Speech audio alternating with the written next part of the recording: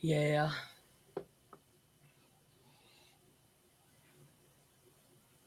And I will keep an eye on. I'll try to keep an eye on YouTube. So you absolutely sure you don't hear like my ceiling fan on or none of that? A little bit, but not bad enough, I think, to make a difference. All right.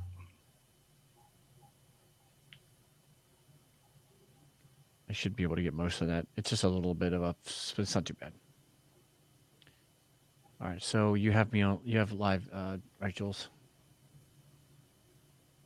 You're good on Facebook. Yep. Yay!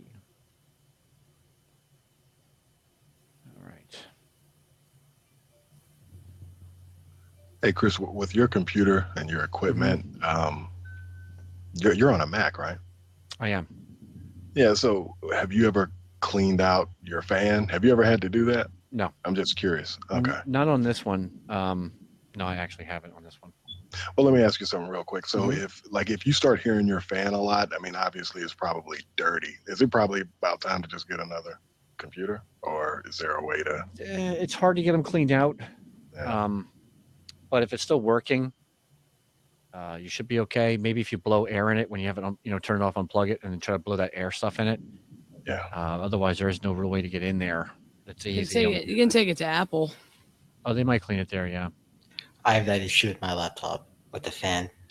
I definitely hear the fan now, but it's not. I mean, you're muted most of the time anyway. So. What's up, Andrea? What's up, Emily? What's up, Robert? And get vocal. What's up, Gabe? What's up, Julie? And Elizabeth. Yay. YouTube. Let me just make sure. I almost said YouTube. Let's see. On YouTube, I'm looking to see who's there because YouTube is giving me a problem right now. Okay. Come on, YouTube. Jesus Christ. What's up, Alyssa? What's up, Lilith? What's up, Anton? Wow. What's up, Ray? Everybody. Yay. All right, let's see. Live now. Bam. All right, let's see who's in here. We have Shayna. Yay. I got your name right. Kayleen. No problem, Irina. Kayleen. What's up, Irina? Mag. Daniela, what's up? Shayna says, I legit knew a person who hosed out their computer with a garden hose. Well, right, I think Trin is back. I'm sure that worked fantastically well afterward. That's funny. Doing good, Lilith. How you doing? Trin, grab the damn spot. Sorry. There she is. Yeah. Sorry. There's the second mother. I of shouldn't dragons. have any issues because I restarted the modem and router modems, everything, and my computer. And I didn't do a speed test, but I did one earlier, and I was like, okay, this is ridiculous. My nephew used to call it a competer. Hello, Cash. Can I go on the computer? Brody says, what's up, Julie? What's Chris up? And John. What's up, Brody? What's up? And of course, Yarly. Big E. All right. Let's see here. All right, I think we're ready to go. Behind the Iron Thrones. Yeah. When you play the Game of Thrones, you win or you die.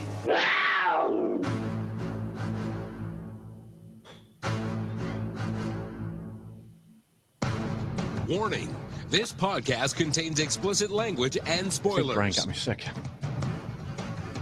He sent me a bunch of text messages with emojis in them. Your unofficial Game of Thrones podcast. Great thing about it being an ant, I can just hand them back when they're sick. Here you go. Go ahead and take all that, my friend.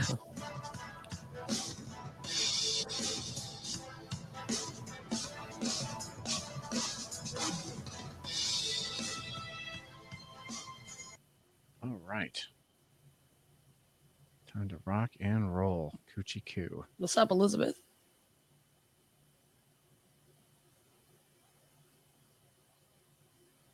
All right. Everyone sounds good.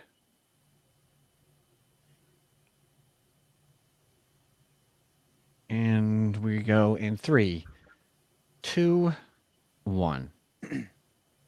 Hello, welcome back to Behind the Iron Throne. I'm your host, Chris Gray, and this is episode 213, recorded May the 6th, 2019. And we're going to be taking a quick, well, we'll call it quick. We're going to be taking a quick look at episode 4 from season 8, Game of Thrones. And this episode, I believe, is called The Last Stark. Yeah, I think so. Yes, indeed. So speaking of Last Starks, let's talk to General Jonathan Stoma Starklever. Welcome to the podcast, pal. Great to be here, man. Awesome. I'm excited. Yeah, I'm sure you are excited for this. This is going to be a fun episode. We also have the man who rides in the Millennium Falcon and has a Gatling gun made out of Valyrian steel. What it is, Yardley. Hey, I'm doing good. Look forward to talking about this episode. We only have 2 left. Yeah, right. Next up, we have the second, who I believe is the real Queen of the Dragons, because she can actually whisper to dragons. She is our very own Dovahkiin. Trin, welcome. Excited to talk about this 4th episode. And of course, last but not least, my sister Julie, who likes to drink all the Giant's milk. What's up, kiddo? That's just not true at all. What's up, everybody? All right, so I want to thank everybody who's watching live during this episode. We're on Facebook Live, facebook.com/Behind the Iron Throne. We're also at BehindTheIronThrone.tv, and of course, Get Vocal, GETVOKL.com. And I want to thank everybody for being here live. And Julie's watching the Facebook, I'm watching the YouTube and the Get Vocal. And we'll try to work in comments when we can. If not, you guys know I do the episode on Thursday for just you guys getting your thoughts and opinions out to us. Also, I will be recording an episode tomorrow with Andrea. So tomorrow around 8:30 Eastern time. That would be May the 7th. All right, so what an episode. I'm going to start off by saying in the beginning of this episode, I was bored out of my mind. Although important things were happening, it wasn't until later on that my blood got flowing again. However, after coming from what we had last week, we kind of needed this episode. You know, it kind of worked, and we got, we're progressing in the story. But let's talk about the aftermath here in Winterfell. And I don't know if you guys noticed this, but when watching the intro, Winterfell inside, when it was supposed to, unfold, was kind of broken inside, of which I thought was an interesting touch. But Yardley, Winterfell, the long night aftermath. What are you thinking, buddy? Yeah, you know what? I thought that Gendry getting Lordship of Storm's End was pretty cool. And I thought it was kind of, of course, predictable that he would want Arya by his side. And of course, she denied that because, we all know that that's not who Arya is. The other part I thought was pretty cool was Tormund getting his heart broken over again. And I thought that was, Tormund has been a real treat, kind of as comic relief and being a good sport. And after the episode, I kind of thought about it, and I was like, would it have worked between her and Tormund? But I don't think that Brienne would have left and went back, you know what I'm saying, with Tormund. I think Brienne was going to be screwed with either guy that she chose. Brienne celebrating. That was really fun to see. And, the Jaime and Brienne moments that early in the episode were pretty cool. We know that the bottom's going to drop out later, but I kind of like that. It kind of piggybacked off of her getting knighted. And there was a scene with Jon and his aunt, which was kind of cool, and Dany coming to the realization that she can't inspire the people that she needs to properly rule. And something that she said that I kind of felt was that when she was saying that she knows that look, people used to look at her that way. I pretty much knew for that moment, and it's kind of been a theme the last couple of episodes, that Dany's kind of feels like she's on the outside looking in. So from her perspective, as we see later on in the episode, a lot of times things are all about her and not necessarily what's best for the people that she would rule over. And I also put in the notes that she can add the unloved and the impatient to her titles.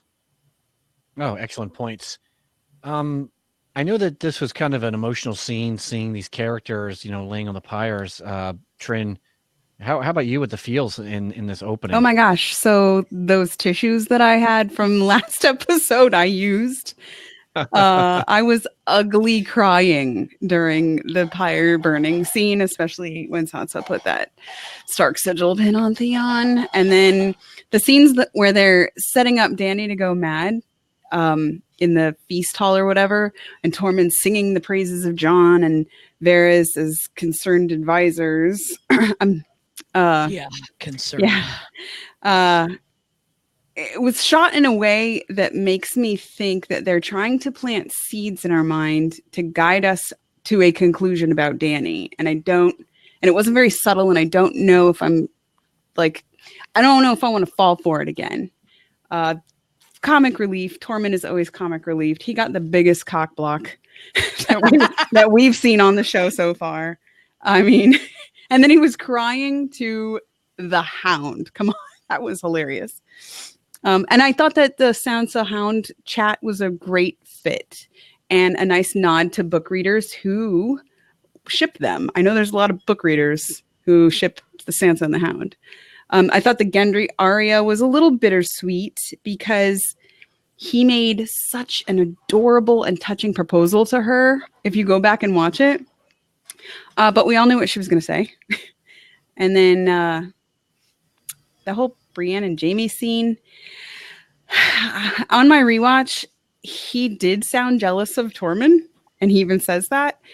And I want to know, is this a drunken conquest for him? Because he doesn't say I love you. He doesn't say you make me a better person. He doesn't say anything romantic, honestly. So sounds kind of like the classic case of a virgin girl getting taken advantage by the popular jock. So True. Sorry about really? I thought that was somebody else. Anyway, yeah, Dany tells Jon that she loves him and asks if that's all right. And then he kisses her as a response. So, and then starts to get in the mood and they're all like making out pretty hot. And then it freezes all of a sudden. And Dany says to Jon, I want it to be the way it was between us. So what is that? Friends with benefits? Like the writers tried to give us this love story between them, and it seems like it's really illogical that neither one of them have mentioned marriage yet to each other. And Jon knows nothing and thinks that it will all have a happy ending and we can all live together. And Dany's having a horrible case of the in-laws. And Dany is asking Jon to deny his identity, which is kind of a big sacrifice for him because it's the one thing that he's never had for 8 seasons is like an identity. And now Dany wants to take it away from him. So those are really good. Like, if the writers were going to pit them against each other, doing it through Jon's identity is like a pretty strong way. Yeah. You make excellent points. There's a couple of things there that I was going to comment during your section, but I didn't want to interrupt you because you're I had a making flow. excellent points. Had a flow. You had a good flow, a really good flow. But there's this one part that I can't get over that Gendry he was the first shot down in this episode. You saw that meme today? I fucking Yeah, about you, too man. soon. Yeah. Let me ask you something, Chris. It's almost like that's like finally having sex with a girl you've had a crush on Friday, and then you win the lottery on Saturday. And who the fuck turns around after winning the lottery saying, I want to marry you? It's like, I want to ride this lordship out a little while before I'm trying to get locked down. But yeah, they totally whipped up Gendry. I thought that was kind of He was super excited, and Yeah, he was. he's never felt an equal with Arya. Like, he always called her milady, milady, milady. And as soon as he found out who she was as a Stark girl, he was like, oh shit, you're a noble girl. Like, I've been pissing in front of you. And then their relationship progressed and it was cute. And I think he finally felt like, oh, I'm worthy of her, even though we banged, like, because noble people can bang whoever they want. But I think he finally felt like, oh shit, I have a shot. Now I'm a lord. Yeah, the other thing I thought was funny about that, like, he was so excited. He was. And he was acting kind of, I know he wasn't a virgin, but he was acting like a virgin gets kind of clingy, their first love or their first girl. And it's like, Mhm. I'm watching this thing. Come on, Gendry. Come on, dude. Shayna made a comment that I thought was interesting to what you said earlier, Trent. I'm just going to try to squeeze this in here.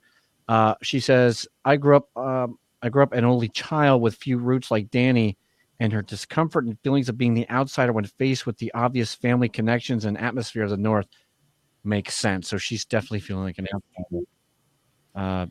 Also, I wanted to mention that one of the big takeaways I got, at least in the beginning, when they're having the feast and whatnot, besides the really awesome drinking party between, I was so happy to see them playing, with Tyrion and Brienne and Pod, was when Pod, the girl's looking at him and Pod's like, oh yeah, I'm Pod. Yeah, it's me. And then the Hound, kind of barks at the other girl. And then if you look in the background, when Sansa sits with the Hound, you see Pod, he's got both girls and he's taking both girls out. And that was my takeaway from that. I have problems. I'm just Heard saying. someone say online today, I think it was online, that when they were playing the drinking game with Brienne and Tyrion asks her about being a virgin and Pod drinks. Pod Yeah. drinks. Yeah, and he we're drank. like, He drank. I saw that what? too. No, because they specifically remember that Pods said, oh no, I did the things I was supposed to with the girls and the money, Lord, but they gave me the money back. Like it's like he confessed that he had sex with them. But maybe he didn't. Maybe he was lying. I think he was Well, lying because he drank. Maybe he did something 'Cause amazing. he with was the like- tongue. I thought he was just singing to them. Oh, somebody was singing. There was some Somebody singing was going on. definitely singing. John, what are your thoughts here in the beginning, buddy? A lot of dead bodies to burn. A lot. Why are you laughing at that? I'm not. I'm laughing still at what happened. Okay, stop. Okay, this scene was sad, but I love Sansa putting the Stark sigil on Theon. He's always been a Stark. Gendry.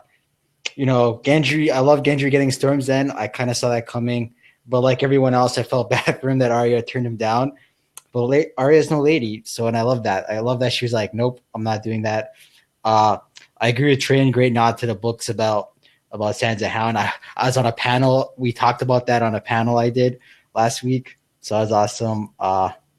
Man, Tormund got cock blocked. Like, oh my God, I felt so bad for him. But I do love that whole scene with Tormund and telling Jon and everyone's around him. And he's like, I saw him ride a dragon. And then Dany looking at him and being like, oh fuck. And Jon's like, I love it. And there's a funny scene where he's like, you got to drink. We're celebrating. And Jon's like, I don't want to throwing up's not celebrating. And Tormund's like, yes, it is. So I thought that was awesome. He is the I agree with quintessential frat boy. He is. Tormund. And their friendship, I think I love Jon and Tormund. Their friendship's so good. I wish we'd have more of it. Jon freezes to tell him with Dany. He clearly is conflicted with learning that the girl he loves is his aunt. And Dany has every right to be. I think she has every right to be paranoid about Jon because Jon does inspire more than Dany, and Jon is a better king for the Seven Kingdoms. I love the Tyrion drinking game. Of course, came back you'd say again. that. Well, It's true.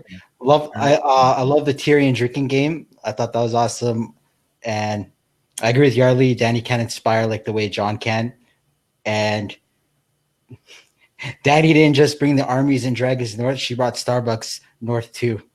it's a good one, John.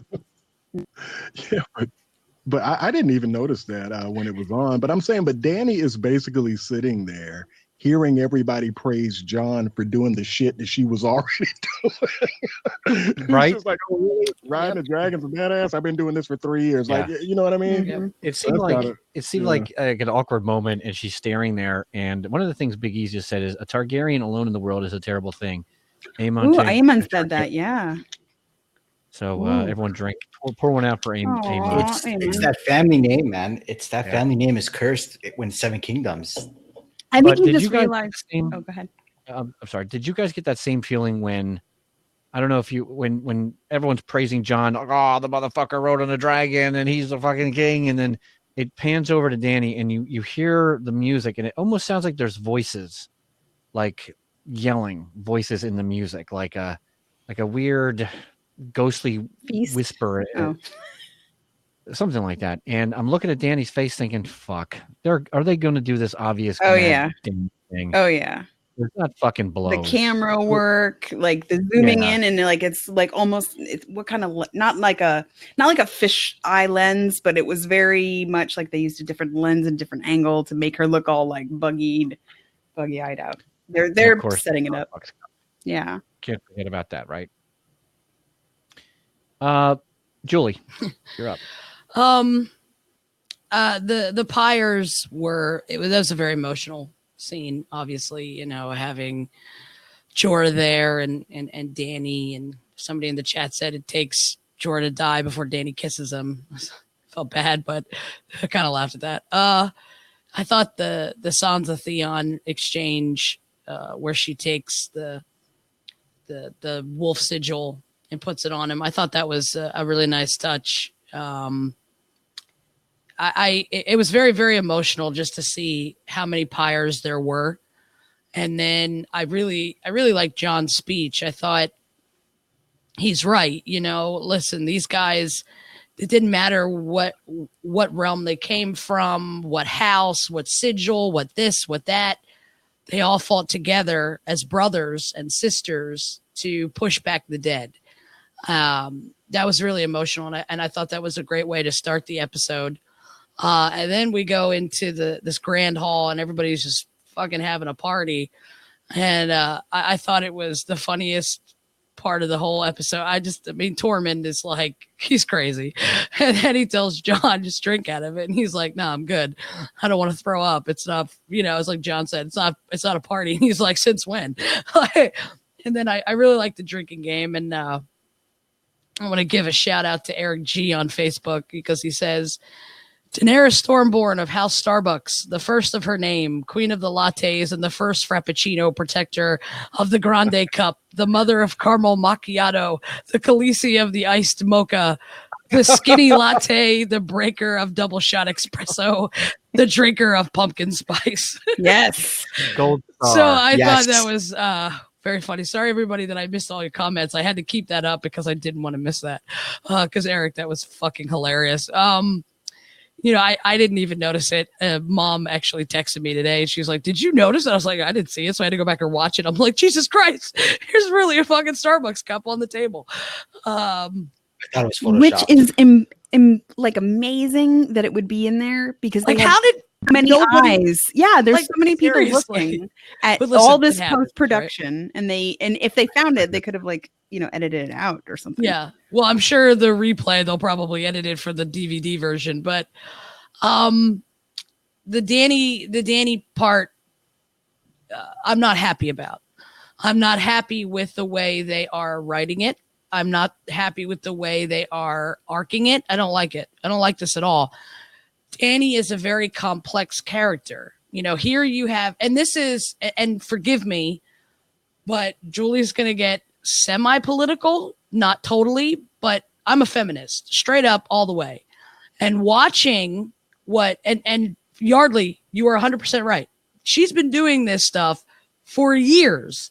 Here's John and a couple they like him, right? Because he's not an outsider. And they're like, this fucker rode a dragon, and they're all praising him. And he's the lesser of the two. I'm sorry, Jon Stamos. I am sorry. But he does have a better claim. Most sexist fucking thing I had ever witnessed in the Game of Thrones. I mean, listen, we've had some weird shit. That was the most sexist thing. There's a bunch of dudes standing around Jon, patting him on the back. Motherfucker couldn't even get past the dead dragon.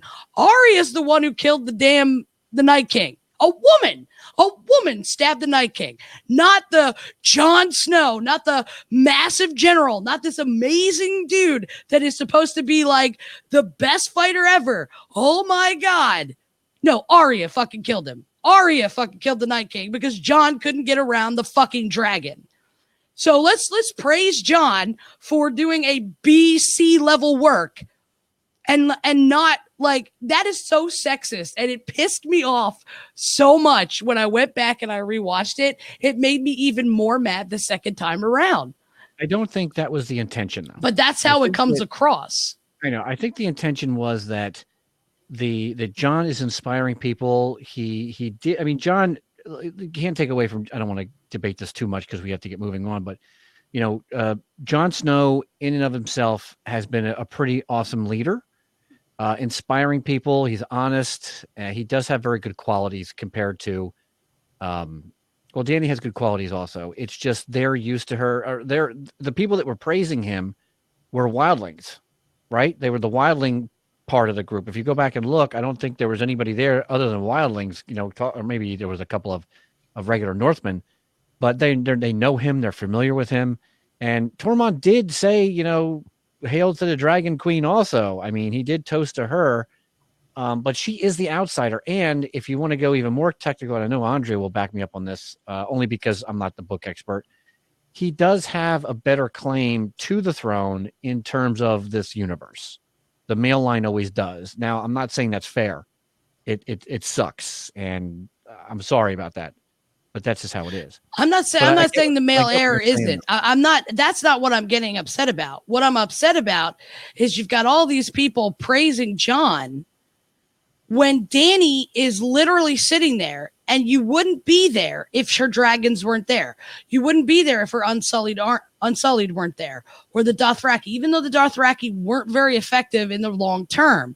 But at the end of the day, the optics of it didn't look good. And it's no wonder Dany's sitting there going, well, fuck me, because I'm not loved here like he is. And so now she's got what Jon told her about being a Targaryen.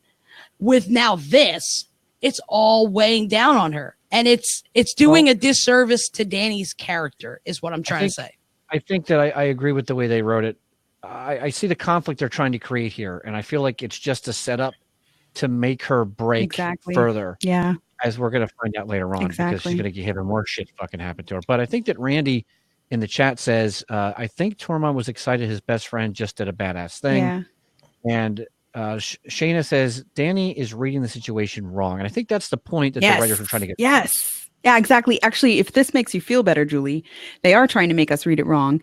Think of the roles reversed. If Jon were over in Essos in Dany's territory, she's a fucking conqueror over there. She is more badass. You know what I'm saying? That's so true, the North can't appreciate her. That's all there is to it. And she's putting she's like the popular girl that's putting all of her like value in these sort of barbaric people that she really shouldn't. Trin, I'm not disagreeing with that, but on the same hand, we know how Jon would react to that. He would because we know Jon's an honorable man. So even if he had went over there and she's getting praise, he's not getting all pissed off about that. It's her territory, of course. So you know what I mean? Like, they're writing Dany in a way that is, and I'm going to say this and we're going to get into it later. It is lazy fucking writing is what it is. It's easier to write her as the mad queen than it is to write her as a complex character. So to me, it's the writers are so fucking lazy that this is just an easier out than to make it complex and to make her and Jon, really go like it's just a piss poor way to write it.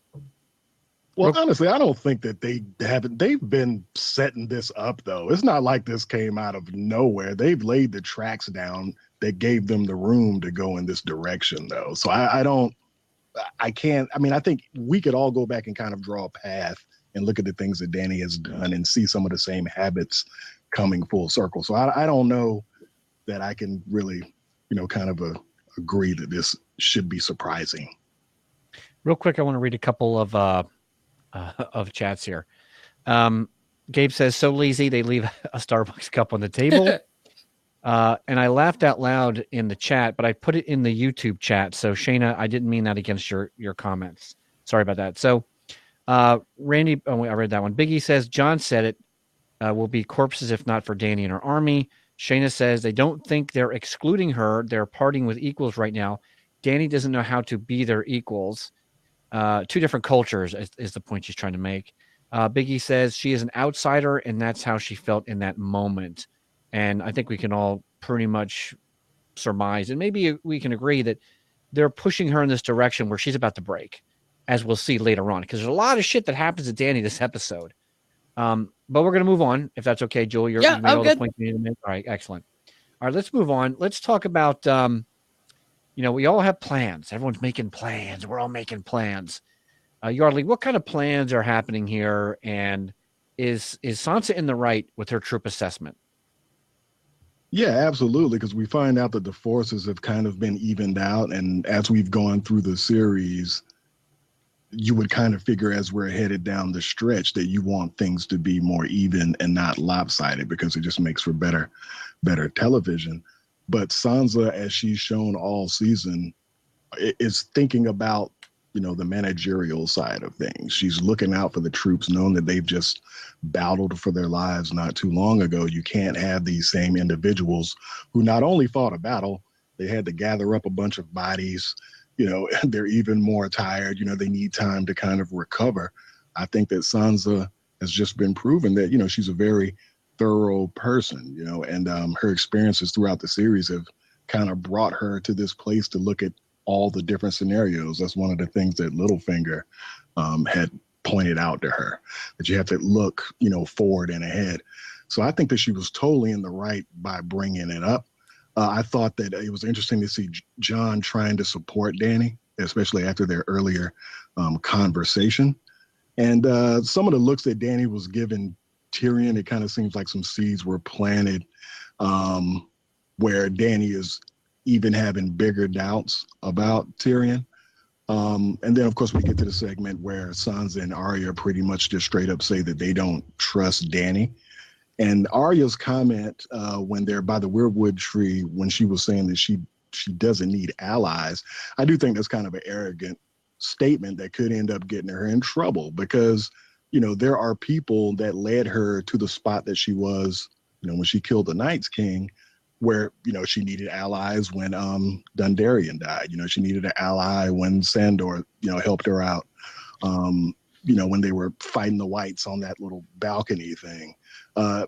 It's going to be one of those things where there's only so much that you can do as an individual. And I think one of the things is that you do need other people to accomplish things. So I think that that was kind of a weird line for her to say when everything leading up to that moment, and she actually had admitted that they needed Dany right before she made that statement. So that kind of bugged me. But, and I don't know if I necessarily wanted it to be Bran that told those two about Jon's heritage. I kind of figured I would want Jon to say it, and then maybe they'll look to Bran to co-sign it. I think there should have been a little bit more to that. And then there's a part of Bronn. He finally makes an appearance, and he makes a deal for Highgarden, and then he ends up heading back to King's Landing. He totally turned down joining, the North to march south. He's still playing the odds in real time, which is a very smart thing to do. And when he says my fighting days are done, I've got a few killing days left in me, though, I thought that was very telling. I think that Bronn's going to do something that's going to probably make a lot of people mad at some point. But I think, once again, his character's been very consistent. And I think that people are going to probably get their hearts broken when they think that he's the Lannisters' friends or, anybody's friends. He's just, he's out to get that bag. And I don't blame him, because I guess from his perspective, the world is coming to an end at some point. Yeah, and if you remember, Bronn had that moment of weakness when Tyrion was getting ready to do his trial by combat. When he came in, he goes, I'm your friend, but, I'm not going to fight the mountain for you. You're out of your mind. That was, I think, the softest we've seen Bronn as a character. But I think that for the most part, he stayed pretty consistent that he's a sellsword and that he's out to get his own, which makes sense for that character. Absolutely. So in the War Council, you have Dany, and Jon kind of looking at each other, and it looks like Jon's really defending her, kind of, helping her out a little bit. Trin, what did you think about this particular thing? Oh yeah. Jon's definitely has Dany's back here with the whole Sansa confrontation. And if you watch Dany's face when Tyrion's talking, she's got kind of like this sour, I don't know if I trust everything that's going on. I know we have a lot of losses, but as soon as Jon speaks and talks about his strategies, she almost turns into that pining, glowy faced girl again. And it's showing us that Jon has the ability to temper Dany. And I kind of hope that's foreshadowing. Maybe we'll see. And then later in the Godswood, because, that ended with Arya stepping in the way. And they go to the Godswood and they're talking about, Sansa's going back and forth with Jon, and she starts to say something. She starts a sentence, and I really wish that he would have let her finish the sentence, because she says, that doesn't mean I want to kneel to someone, and then he cuts her off. And I want to know what she was going to say about, because she was talking about Daenerys. I want to know what that adjective or what that descriptor exactly was going to be. We already know that she doesn't trust Dany. She has not made any bones about that. And even Arya says, we, meaning like us Starks here, don't trust your queen. I don't know if she was talking for Bran as well, because we don't really know. Bran doesn't have like wants, he said. So we don't really know if Bran has any like real opinions on anything. But Arya was kind of sort of speaking as the voice for the Stark kids. So I agree with a lot of what Yardley was saying in the whole Arya bit. It didn't quite add up. I don't know about all that with the whole allies thing. And then we jump ahead to Tyrion and Jaime getting confronted by Bran. But right before Bran walks in, Tyrion makes a toast and he's trying to get some info, some dirty info out of Jaime. And he makes a toast with Jaime to climbing mountains. And I thought, I wonder if that's a thing. Because, who knows if Jaime's going to be climbing a mountain later. And I knew Bronn was not going to be friends with Jaime or Tyrion when he came back. He's a cutthroat. His character has been very consistent. I think we can mostly all agree on that, except for Jon, who thought he was going to be friends and be loyal. But is this the last that we see from Bronn because he said he's not fighting? He basically was like bowing out of the rest of the season, except to collect his reward at the end. We'll see. We'll see what happens. What do you think, John? Yes, I was wrong. I admit that. I thought Bronn would have loyalty when he's a cutthroat. He got the river run. I mean, what happened to Emir Tully? I'm trying to understand. Where's Emir Tully in all this? So, of the Frey. No, yeah, No, he was a hostage of Lannisters. yeah. But I thought he was in the Frey's dungeon. Someone on After told- that, Yeah, because Jaime gives them that ultimatum, like, you can come be a hostage over at Casterly Rock. I have to go Exactly back. what Anyways, happened. I mean, I'm surprised the forces are evenly matched. If you look at the board, so Grey Worm goes half the Unsullied gone, so it's about 4,000 dead. Jon goes half the North is gone, and then you see the Vale guy, Royce. He takes away half of the Vale forces, and the Dothraki guy moves half. So I did not realize that there's still half the Dothraki horde. I thought they all got wiped out, but you see him moving half of the Dothraki. So, I mean, I thought they'd be against the odds, but Just real quick, John, to cover you there, I also remember D&D saying, I forget whether it was Dan or Dave, I thought they said that the Dothraki were wiped out after that episode in the end. When they were doing their little talk through, they said, I don't know. Either way, I saw the Dothraki guy move half. He took away half the pieces that was on the board, just like everyone else did as they were talking. So I'm assuming half. We'll see next episode. I thought they were wiped out, but it didn't look like that on the board. They say that later that that Jon. Oh, sorry. Go ahead.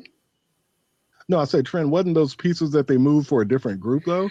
Well, I don't know. Regardless what was on the board, there's some dialogue later that says that Jon is taking the rest of the Unsullied and the Dothraki down the King's Road. So there's some Dothraki left. Okay. Jon has the ability to temper Dany's, and I think that's going to come back. That's going to come and play next episode. I do agree. I mean, it's smart for Sansa. I do agree with that about her.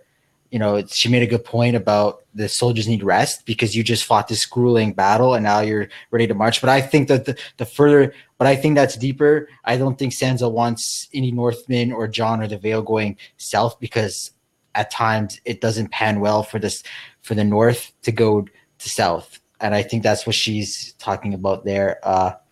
I do agree with Yardley. I did want to see like more of a scene when Arya and Sansa learn who Jon is, like a reaction. So I agree with you on that. I love the joke about climbing mountains and how Tyrion's like, how long it's been since I can make a tall joke. So I thought that was awesome. The nice, refreshing reprisal from Dick and Ball jokes. Yeah, or short jokes by other people. So I thought that was awesome. Also, what else?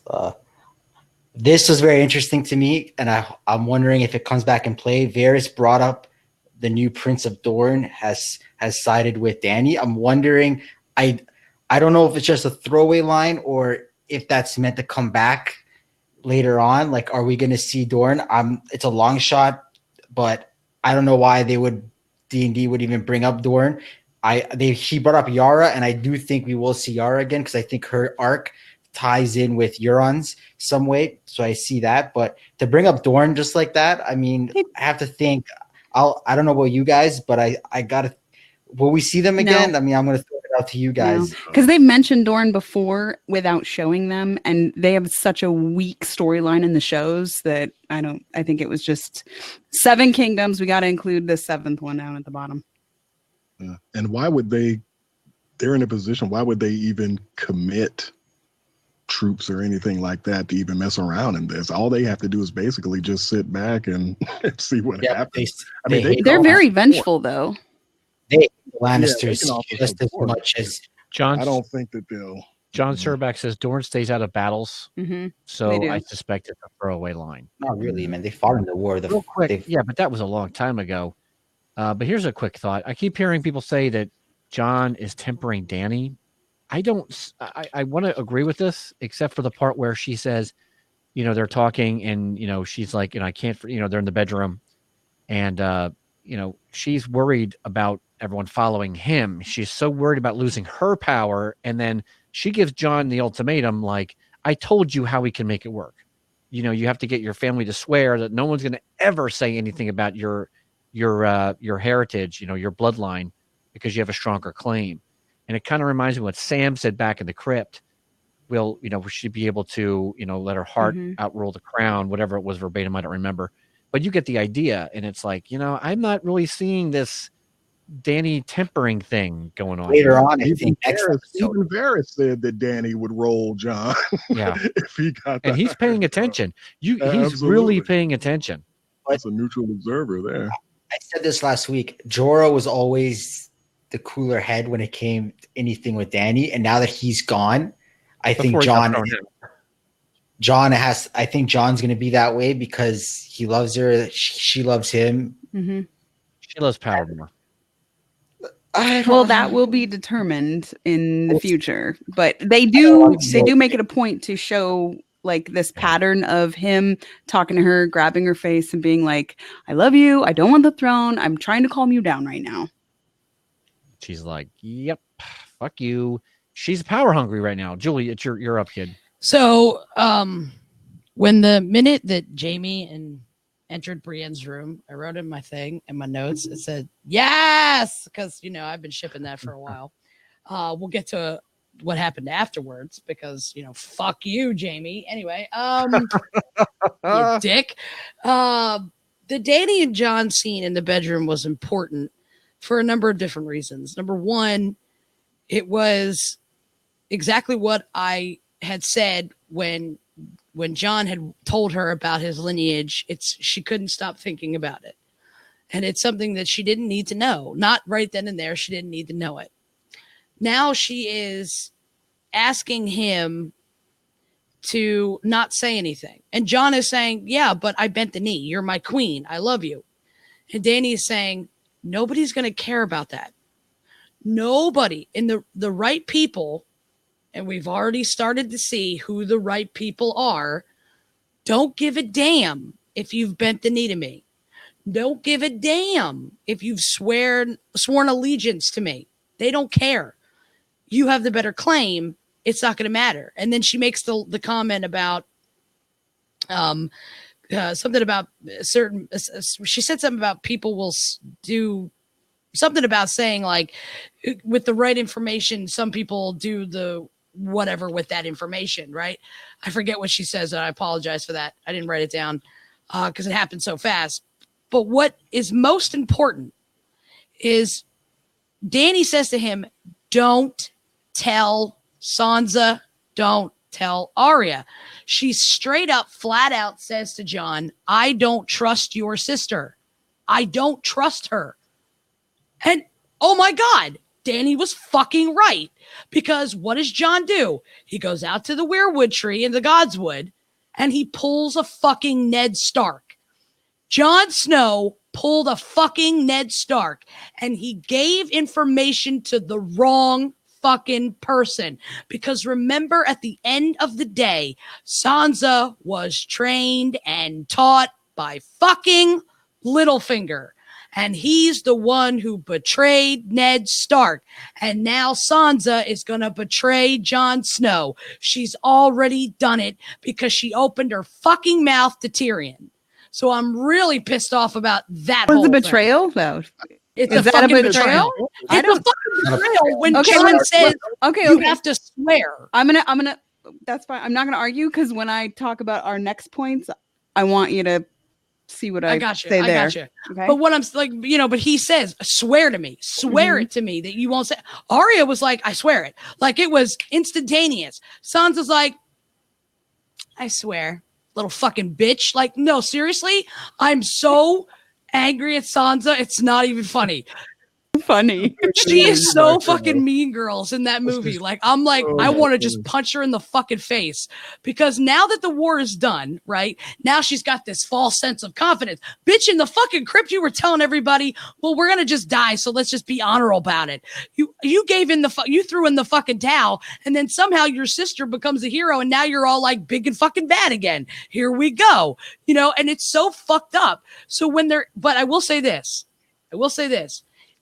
When she was doing the troop assessment, she was 100% correct. They are hungry. They are tired. They just fought probably the worst battle they have ever had to face. The dragons need a rest. The dragons were needing rest and they needed to be fed. Mm-hmm. I totally agree with Sansa on that point. They should have waited. Danny getting all like, oh, so I come here with all this, and now when it's you, I need you. She took it the wrong way.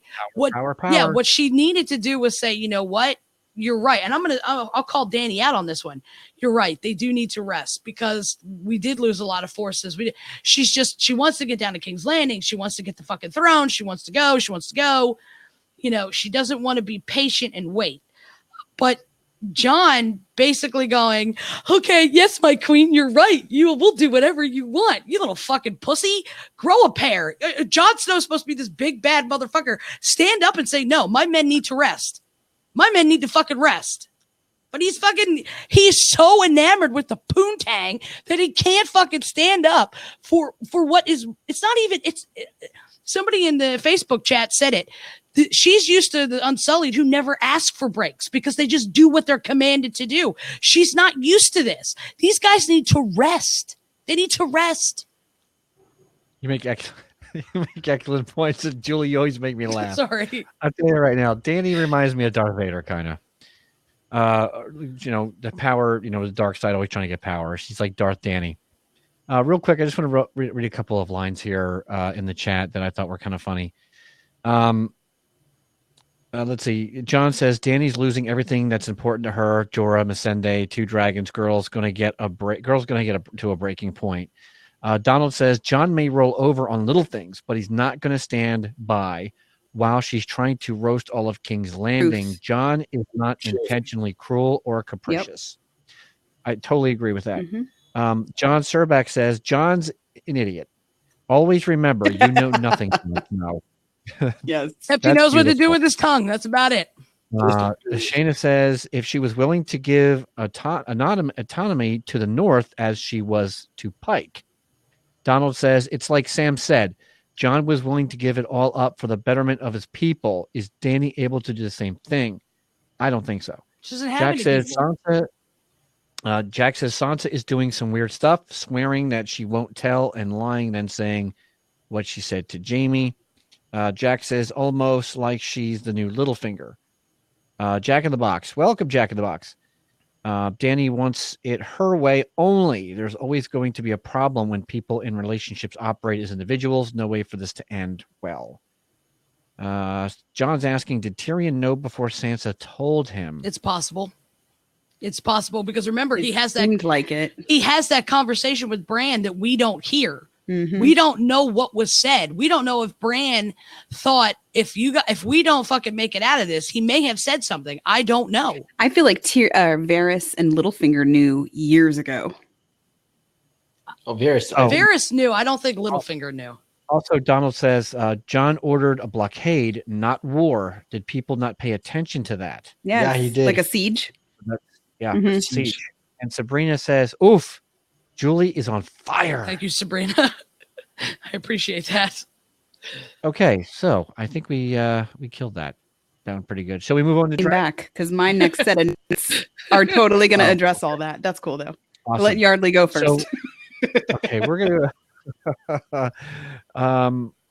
let's see. Well, okay, let me just read this one thing. John Serbeck says, while Winterfell was preparing for the Night King, Cersei, Qyburn were preparing for Dany and John. I don't know if Dany/John can win a straight up fight. Need Arya/Hound roadshow to get to King's Landing. Yeah, I think You so need too. the Jamie Roadshow to get to King's Landing Well, there's a lot of shit going because on. there's some shit gonna go down. So let's move back to Dragonstone. Varys is making some really good points and also talking about who he's loyal to. So Yardley, We're take on it away, 3. pal. We're on 3. We are? Second Winterfell part. Number 3. Oh, that's right. I missed. Okay, yeah. okay. Well, let's rewind that. Just, Oh God, hit don't skip the that part. No, we're not going to skip it. We're going to rewind. Some ugly We're crying gonna go back to Winterfell. So we're still in Winterfell. Jesus Christ, I've had it with Winterfell. So I hate we're Winterfell. leaving. We're not coming back. Let's start with things coming full circle. Go ahead, Yardley. Yeah, absolutely. Well, some of the things with the Hound and Arya were kind of great to kind of see them back on horseback riding together. And one thing of note is that Arya and the Hound both say that they aren't coming back.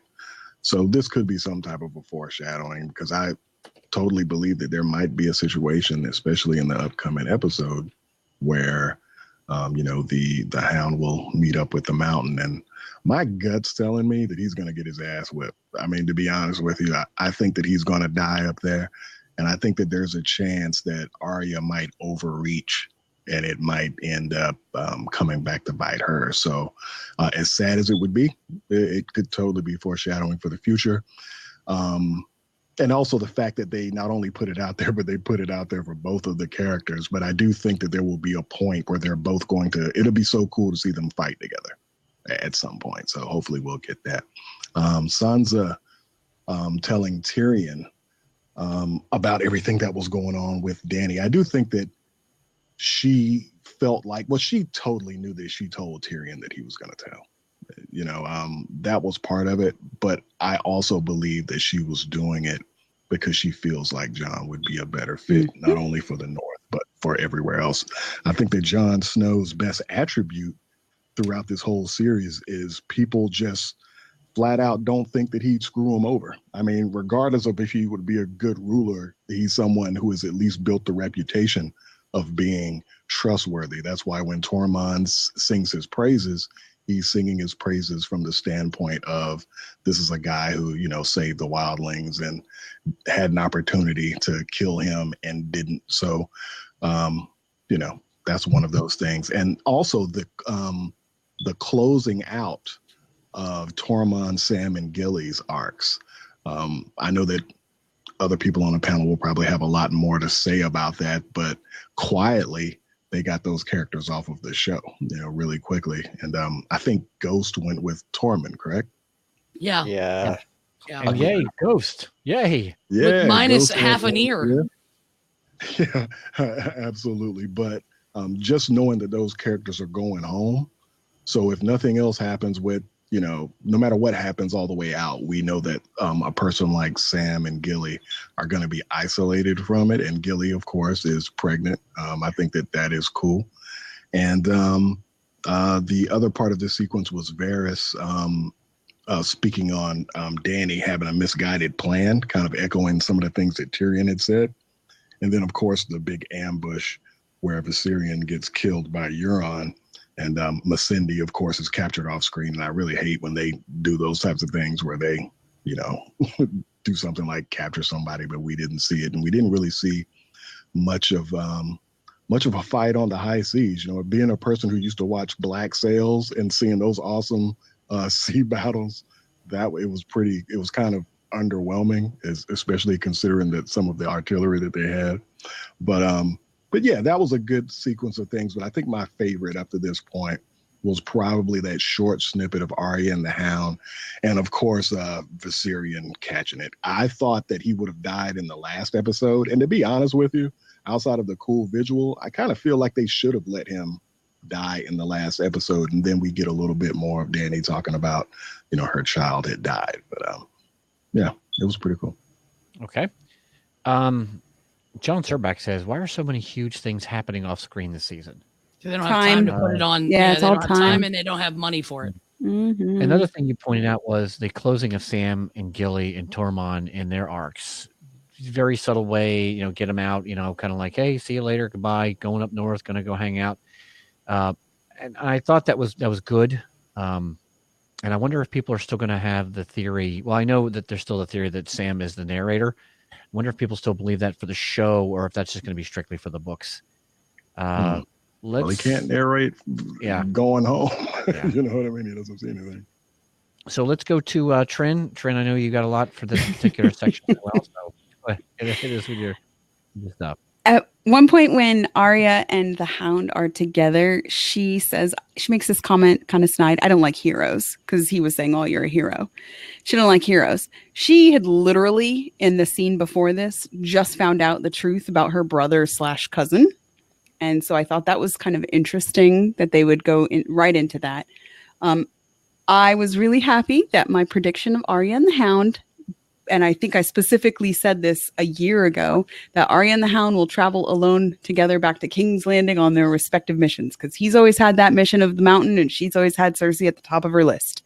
So I was really happy I finally got something right. However, they probably both die and they know it. And then we see Rhaegal taking off, and he looks pretty broken when he's trying to take off and maneuver around. And I think they made a point of showing us that he was like awkwardly flying and not able to do that because for later on reasons, when he gets shot down. I thought that the Sansa Tyrion dialogue is probably one of the most significant parts of this episode. # not my queen. Sansa is totally working from Littlefinger's playbook here. Let me tell you. So, okay, earlier when Danny and Jon are talking, Danny warns Jon, Sansa will want to see me gone and you on the Iron Throne. And Jon's like, no, she won't. But it's evident that when she's talking to Tyrion, that's exactly what she wants. She is trying to take Danny out of the picture by sowing discord within Danny's advisors because she wants Jon to take the Iron Throne. So I don't think she's betraying Jon in that respect. I think she thinks she's doing what's best for Jon. And she asks him why, how come, what makes her such a good queen? He can't give Sansa an answer what makes her a good queen at first. So, of course, Sansa is # Team Jon. She trusts Jon. We've heard her say that over and over and over again. I trust you, Jon, in multiple episodes over the span of many seasons. She trusts Jon, but she knows that going to King's Landing does not fare well for their family. And so she doesn't always think that men make the right decisions. She's not wrong, especially when it comes to love. And when Tyrion finally lays out all of Danny's good qualities and says that he believes in her, that's when Sansa lays out the better option. She kind of slides that in there. So Sansa knows that Danny is just more of the same in the big game, and Sansa's vying for Jon. So people are going to look at this like a betrayal, but I really think that you should go back and rewatch that scene and see Sansa's pulling a lot of strings here. And then and that's all I have to say about that part. And then we'll jump ahead to Tormund. I liked it that he was telling Jon that he's from the real North, or he has the real North in him. We don't have any idea where Sam and Gilly are going or what direction they're headed. Do they go back to Hornhill? Do they stay in Winterfell? If they stay in Winterfell with Bran, then Bran can kind of like watch TV and see what's happening in King's Landing and tell and narrate to That's to funny. Sam, and that way Sam can write his book that way. And then so Jon has just hugged Tormund this really heavy goodbye, and he hugs Sam and Gilly this really heavy goodbye, and then he gives Ghost a shit half grin. What the fuck is that Right? about?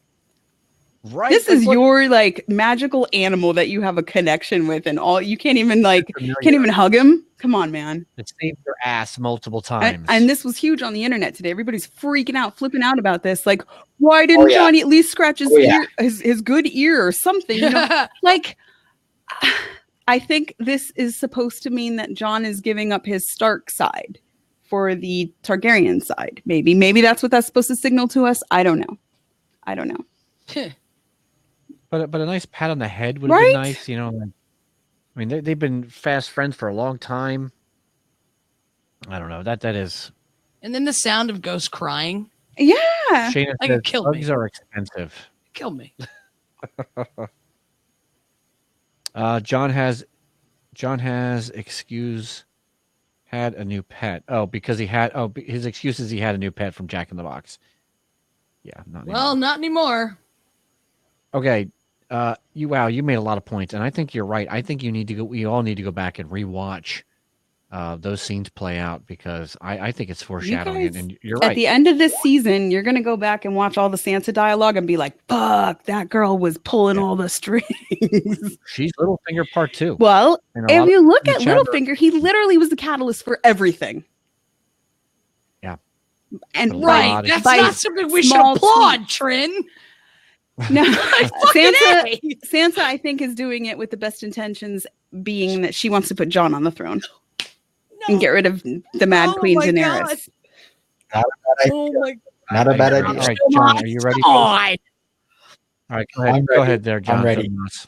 So I'll start with my I ugly cried Trin, and it was leaving Ghost. That whole scene, I was ugly crying. I'm like, hug him, pet him, do something. I was so sad, and the music was playing when he was leaving, and the Ghost crying. I was so sad. I was emotional. I was so sad that Tormund's leaving to go back north, to go beyond the wall.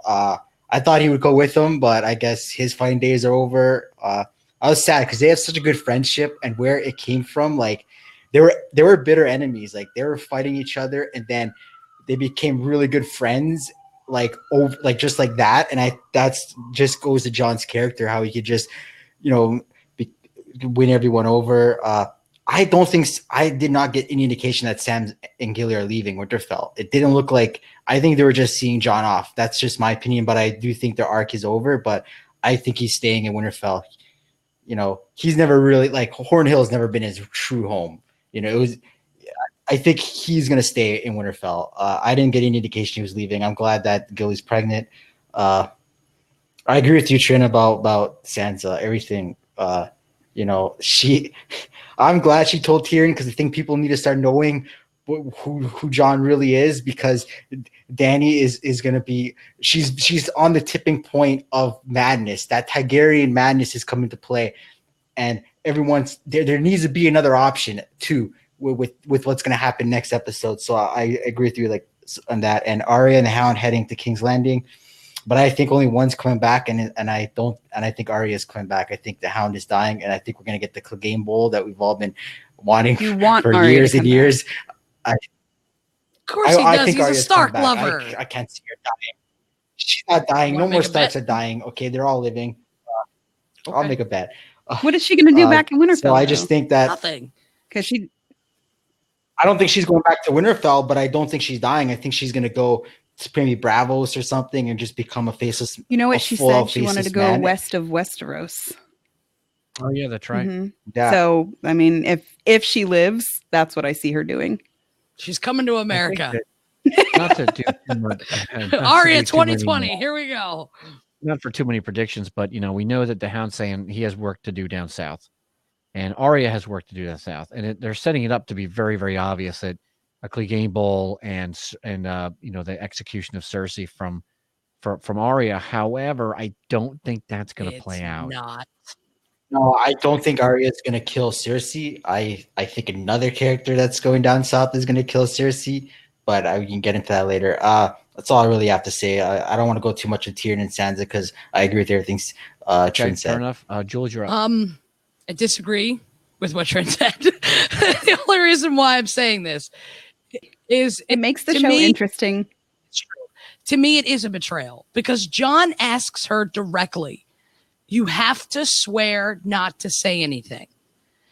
That's a betrayal to me. If my brother tells me a secret, and my brother and I have a very good relationship, if my brother tells me a secret and he looks me in the eye and he says, Julie, please, I'm begging you, don't say anything. I'm not going to say anything because I'm not going to betray my family. I'm not going to go against what my brother has asked me to do. I don't know, because I'm not a little finger puppet. And I just, listen, Jon fucked up. He's putting trust and faith in the wrong people, which is why Dany told him, say nothing to Sansa. She knew exactly the person that Sansa is. She knows she's a little conniving, little scheming, little bitch. Sorry. I know I shouldn't say that, but it's true. She knows it. And somebody in the chat, I think it was Alyssa, said, if you notice in the Great Hall, Sansa is holding her wine glass just like Cersei. She is becoming Cersei. It's not a question of whether or not Sansa did the right thing because she thinks Jon's a better leader. Bitch, it's not up to you. You don't get to make those decisions. It is up to what is about to happen in King's Landing. If Dany doesn't survive, That's exactly it. No. Stop right there. What did you just say? What? What did you just say? I said It's not up about to her. It's about the battle in King's what's Landing. happening in King's Landing. What has Sansa seen in King's Landing? Her Everything- father died, right. her uncle died, her grandpa died, her brother Rob went down to there and died, and she says that doesn't go well. Rob never got for to King's Landing. I know, but he was headed there, and it doesn't go well for the men in her family. So she is so terrified of her experiences with this. She's not taking any chances, and if it means that she Well, then has you know to what, break Sansa? trust.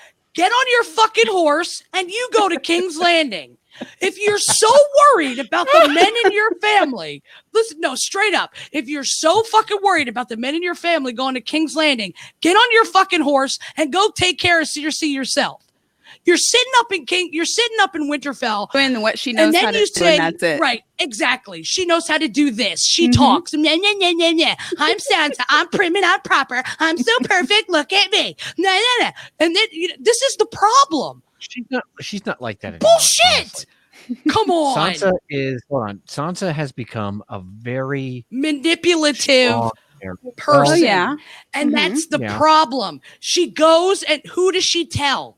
She tells Tyrion fucking Lannister. She tells a Lannister. Oh, I'm She not going to doesn't- deny that she's not Ricky playing the just says, game. Ricky says, "I love Julie." She is Ricky. she is definitely playing the game right now, but it's not because she wants the. Everybody has been speculating on the internet. no, She wants I the know. throne. Let me tell No, you no, right no. now, she doesn't want the fucking throne. Hold up, she hold up, hold wants up. Jon on the throne. No, Trent, I agree. I'm not saying that Sansa go down to King's Landing and take the throne. That's not what I'm saying. What I'm saying is she's saying all this stuff and she's now, pulling the little finger buttons just like he did. He's like the little puppet master, right? And then bitch, you go down to King's Landing and you take care of Cersei because you have that comment to Jaime. Oh, it's a shame. I won't get to see them kill your sister. I so wanted to. Bitch, go do it. Go fucking do it. She just did manipulated Jaime into doing it, by the way. That's Listen, exactly what that scene was for. But here's the thing, and I know we're gonna get to that point, but Jamie's going down there and he's gonna kill her for a totally different reason, But we'll talk Doesn't about matter, that in a but second. Sansa knows. that will happen. So Well, she prompted it. Julie, I think there's other stuff, Julie is awesome. but Elizabeth says Julie is awesome. Sansa wants the North. she does. She wants the And North. Jack in the Box says Sansa didn't go, but she sent Arya instead. I don't know if she They have a sent point. Arya. I think Arya is going to fulfill her list. I don't think she's going to get anywhere near Cersei. But I'll say this: I'm gonna put this out to the fandom, and we're like you guys remember. Chris said tomorrow he's doing a show with Andrea, and then we're doing the fan feedback show on Thursday. And you, Julie. And me. Sorry, I will be there. And here's the question I'm putting out to the fandom and everybody on the panel. How the fuck did Euron Greyjoy know to go to Dragonstone? How did he know to I go believe Donald to Dragonstone? Donald in the chat thinks that Sansa sent a raven down to warn to do him. Somebody said something, because you mean to tell me that Cersei sent Euron Greyjoy to go and just hover around Dragonstone for the moment if they may win the Battle of the Night King or may not? Bullshit. Somebody tipped Euron Greyjoy off. And let me tell you this right now. That moment, that fucking moment where that arrow goes straight into Rhaegal and then the next one goes into his neck, I cried like a baby. How many more times are her dragons going to get fucking ambushed? It's bullshit. It's fucking bullshit. And I'm going to say this right now. I completely agree with Yardley. No fucking battle. No fucking anything. I guess they used all the money on the dragon that they shot out of the sky. And then all of a sudden, Missandei is fucking stolen. What? We're not How the there fuck yet. did that happen? We're not there yet. Oh, I thought we were there yet. Look, I'm gonna Can I- as can I- far as can how I say Euron two would things know. first? Look, if I had never been to Westeros and you handed me a map and you said where was the woman with the dragons gonna go, No, but Dragonstone. Yardley, but how would they know that they were going to Dragonstone first? Because My they have indi- whispers, the Lord No, or the Qyburn and They have very I would have Yeah. went directly Come to on. King's Landing. Cersei's the- always had little birds, and Qyburn's now the new Maester of Whispers or whatever. They've got people around. Like I'm it's not- telling you and right getting now- intel in Westeros is No, super. I'm Donald easy. telling says- you. Julie, say it with your chest. Hey, with my chest. I'm telling you right now, somebody tipped off Cersei. Somebody tipped her off. I'm not kidding. Well, there's little birds. Remember, Qyburn has little Spies. birds. I listen. I don't trust the snake right now. I don't trust the snake. I don't fucking trust Sansa. I don't fucking trust. I don't even trust Tyrion at this point. Mm. I don't trust the three of them because I don't know. No. This You mean is. the spider? I swear to God, I'm gonna say this right now. If this fucking show ends like The Sopranos, I'm literally gonna rage. That's what's gonna happen. I'm already there. Oh, I'm I'll like, burn I'm these banners. I'm gonna fucking rage. Yeah. This is bullshit. Like, I think that we're going to move to the next section. I think we're That was on number like- 4 now, Dragonstone. Now we're on 4, Yep. right? Mhm. Now we're on 4. Okay, Dragonstone. Hardly bring us back to Westeros. Bring us back to Planet Dose. well, okay, y'all. Now, am I tripping? But I thought that we already did this when we didn't do this. No, because I jumped ahead. I it was me. I trying jumped to read ahead. it. No, we haven't done this Oh, part okay. yet. All right. Well, Varys makes it clear that he's loyal to the realm, and makes points that Jon's a war hero and that he inspires others. We've talked about this earlier, and but he also mentions that Dany's state of mind isn't necessarily stable, and Tyrion is still backing the Jon and Dany marriage, but Varys reminds him that Jon, of course, didn't grow up like a Targaryen, so that match as a marriage wouldn't work, which was something that I've been preaching for years, that I knew that would kind of come back and kind of bite a relationship if it ever got established. But Tyrion makes some pretty good points, when he's talking to Varys and basically about what people's commitments are. There was actually a point in that conversation where Tyrion actually admitted to thinking about treason, and Varys had asked him straight up, but he was like, "Hey, just because you think about it doesn't mean something along the lines of, if you're going to do it or whatever." So we know that Tyrion is kind of conflicted on both sides. And I also like the fact that, Cersei, we find out that she's got, improved weapons, scorpions, and, and of course, we mentioned it earlier that, Viserion bought the bullet in that ambush. Rhaegal. I mean, Rhaegal. which I thought was fucking stupid. I mean, another dragon. I mean, I get that we got to balance the scales here, and we always knew that the dragons were going to take a huge beating. We even predicted that, 2 years ago, maybe 3 years ago. But the way that the scorpion hit, like, it was a weird angle. Mhm. And I think Gisela made a comment about that in the Facebook page. And I'm trying to, and I'm YouTube, you watching the mean? scene play out. No, it was on Facebook. Oh. It was a post that we had. And it's like the shot happens, and then out from around the side of a fucking mountain comes the Euron's fleet. Yeah. And it's like, how the fuck did they make that shot? Like, is that one of those Oh, trick no. shots? Knowing some stuff about some sea battles, that could not have happened, by the way, but whatever. And she's a fucking spy, Yeah. people. Oh, shit. I was It's okay. say that. Fuck. I'm going to be dead. If the podcast does not come out anymore, I was killed. Ha ha ha. Shit on me. So, yeah, excellent points. Go ahead, Trin. I think you're up. So in the discussion between Varys and Tyrion, they're talking about like he doesn't want the throne, or like, oh, he doesn't matter, he has to have the throne. Why do people think that it doesn't matter what Jon wants in terms of the throne? Because Aemon Targaryen gave up his claim to be a maester. And in the books, a lot of other Targaryens, maybe not a lot, but a couple of other Targaryens pass over their claim for various reasons, marriage, whatever. And so people keep saying like, oh, well, he doesn't have a choice in whether or not he gets the throne. He does. He absolutely does. And there's a precedent set for it. And then why hasn't anyone... That's Varys doing that shit. Yeah. Why hasn't anyone asked Dany what she thinks about marrying Jon? Like, these guys are seriously shitty advisors because They haven't asked either one of them. right. They didn't go to, they keep talking about it. They keep talking about it over and over. We've probably seen that marriage discussion between the advisors 3 times now.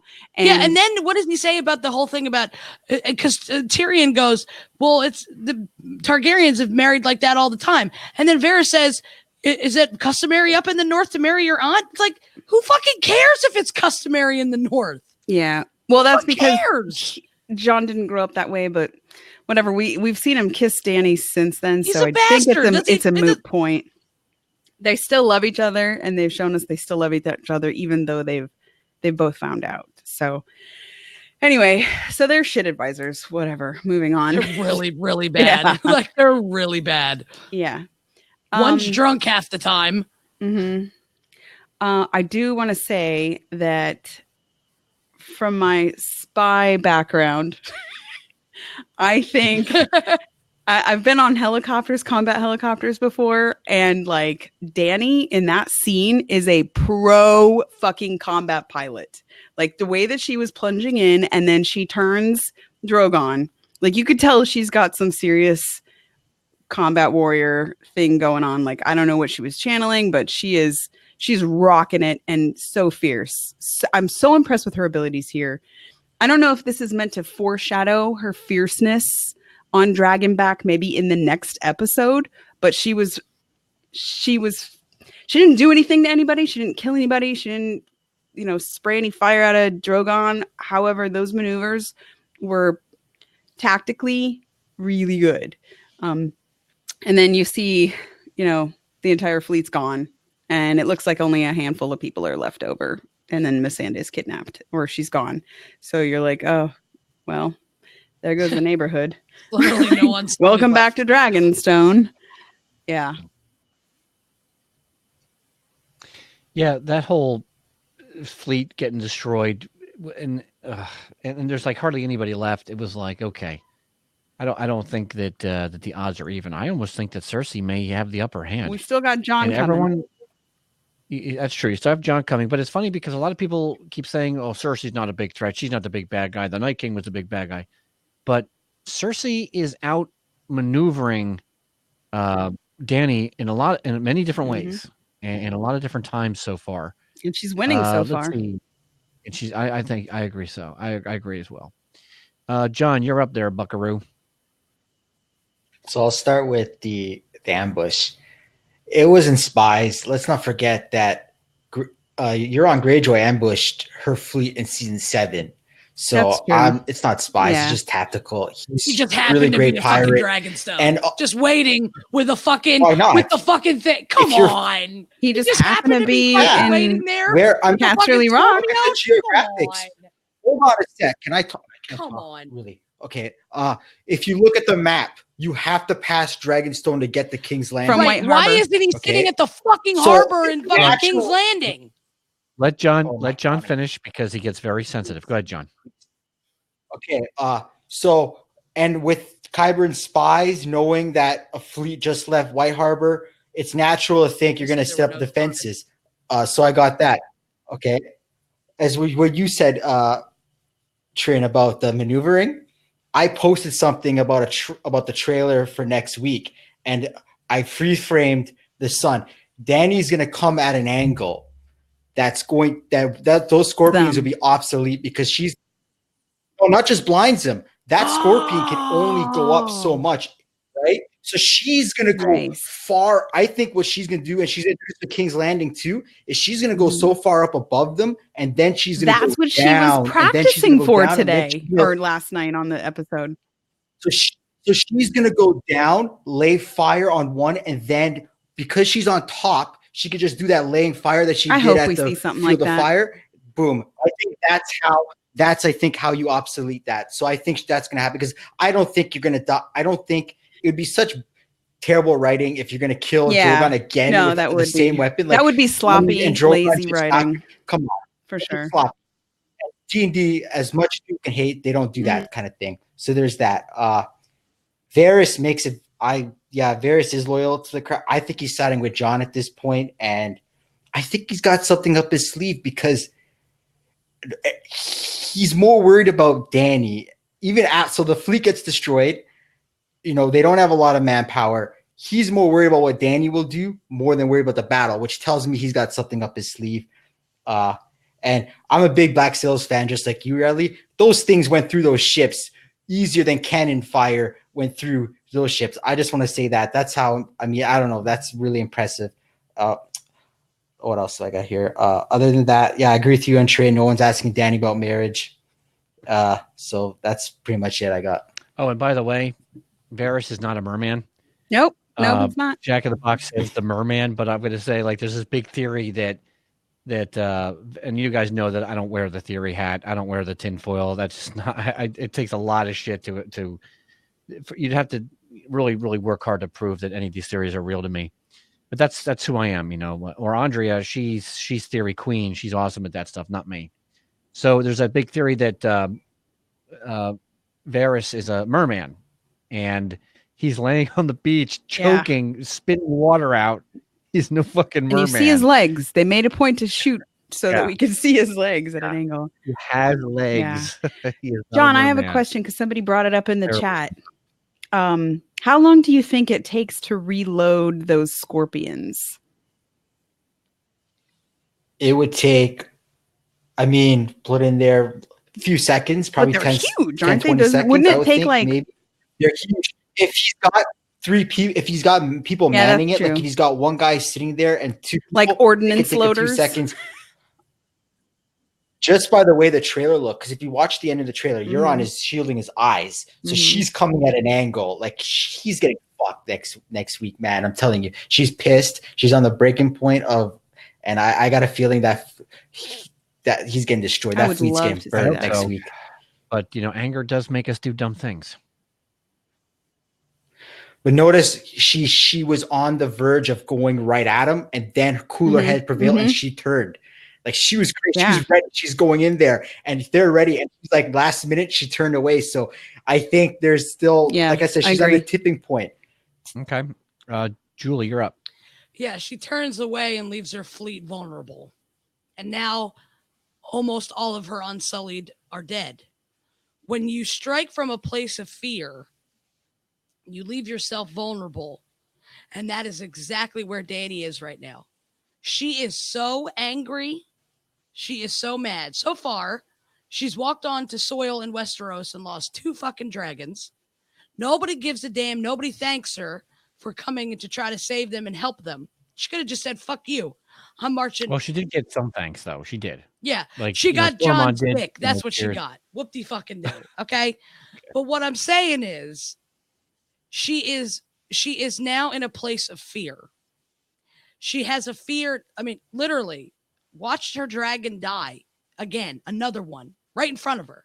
She couldn't do anything to stop it. Nothing she could do to stop it. I don't know. I don't know where we go from here, because what pisses me off is we have this. How the fuck did they get Missandei? There's no ships around there when we look at the rubble of ships in the bay or whatever the fuck it is in the ocean.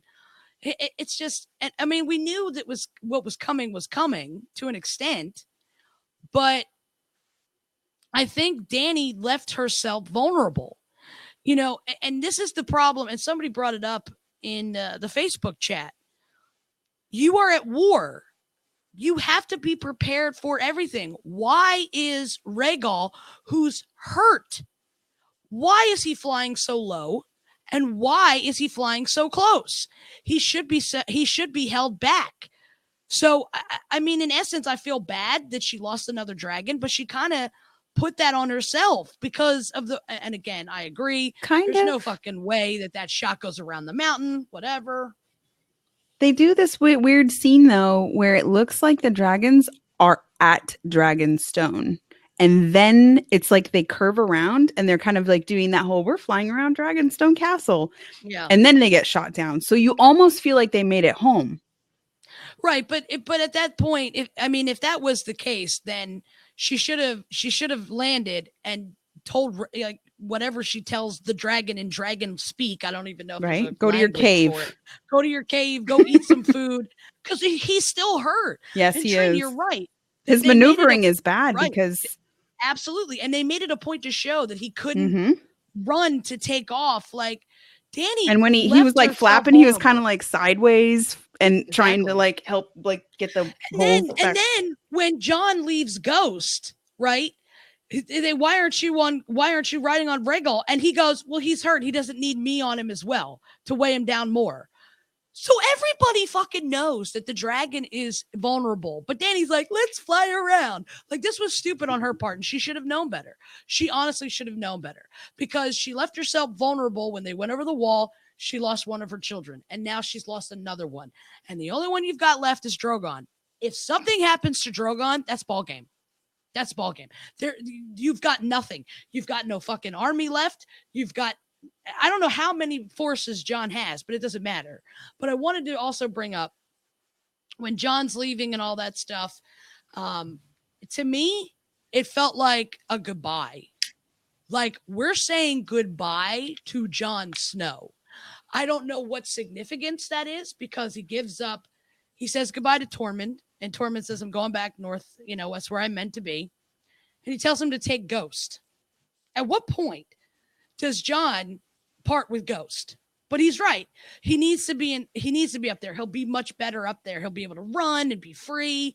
So I get what Jon did there, but that was weird. I'm like, he's saying goodbye. And again, motherfucker, go over and pat the damn thing on the head. Like, Jesus Christ, give it a hug or something. The Sam and Gilly thing, and Yarley was right. It was a great way to end the arc for both. I don't think we're going to see those characters ever again. I think that's it. They're done. I think Sam and Gilly stayed at Winterfell. I don't think they go anywhere other than that, because somebody's going to have to be there, I guess, with Bran to talk or what. I don't know. They're all going to warg into ravens and just fly around and stuff. Who knows? But, I think it was significant as I was watching Jon leaving Winterfell. That was a goodbye, I'm not coming back type of feel. Now, we could foreshadow it and try to break it down and think, like, does that mean he stays in King's Landing? Or does that mean that Jon goes to sleep forever? It felt like a goodbye, but I'm not sure how to interpret the goodbye, if that makes sense. I think excellent. Go ahead, Jon. I think it's like, I'm going to war. I'm not sure if I'm coming back. It's the same way when the Battle of Bastards, he tells Melisandre, don't bring me back if I die. I think it's just like, I don't know if I'm coming back. I think he knows there's a lot of odds against him. So I think that's what that meant. Okay. I just want to make sure we're going in the right direction. So now we're at number 5, right? King's Landing. The King's Land. As we arrive at King's Landing. Well, as we get to this point, Cersei's plan of abandoning the North during the fight against the Night's King has her in a pretty good spot. So we see that she's been planning ahead the whole time, and she's got way more advanced scorpions similar to the ones that were on the boats. And we all remember that she still has wildfire at her disposal and fresh troops.